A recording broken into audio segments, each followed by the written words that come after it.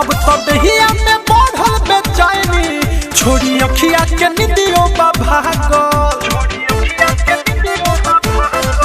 सुन के शादी के खबर बनी पागल साला अगुए बा तोरा पीछे लागल अब तो दहिया में बढ़ल बेचैनी छोड़ी अखिया के निदियो भागल छिनके पंडित के भारत पाता रह के ए जान सुनो अब जन भइल तन भइल तू हमरा के भुला जा और लो है शादी के कार्ड आ खाना खाए आ जइह उ तो आइबे करे बाकी देख लिए तुम ऑर्डर में महारब रे सुना ले पटक पटक तोहरा भातारा के तुम ऑर्डर में महारब रे सुना ले पटक पटक तोहरा भातारा के शादी ना होखे दे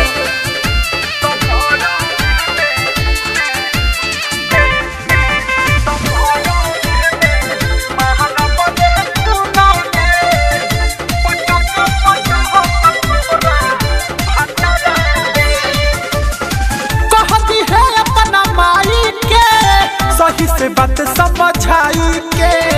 नेवता जदी घुमाई रे ठोक दे हम तोरा भाई के सुन ले कहती है अपना माई के सही से बात समझाई के नेवता जदी घुमाई रे ठोक दे हम तोरा भाई के तो जानी सारा लोग तोर मोर मजा रह के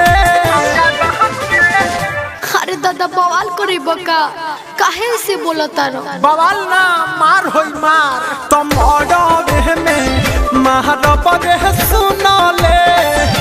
पटक पटक तोहरा भातारा के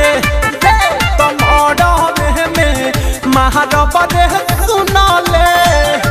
पटक पटक तोहरा भातारा के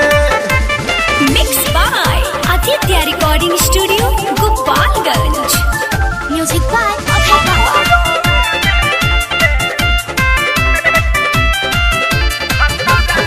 जहिया से भइल बसकवा रे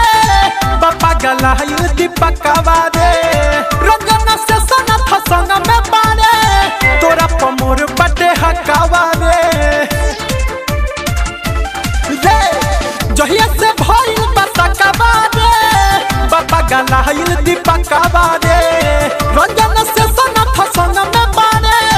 तोरा पमोर बटे हकावा रे जनी आगे बढ़ाव खाता रह के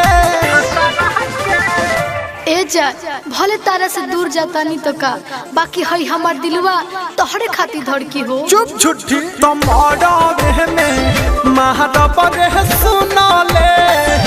पटक पटक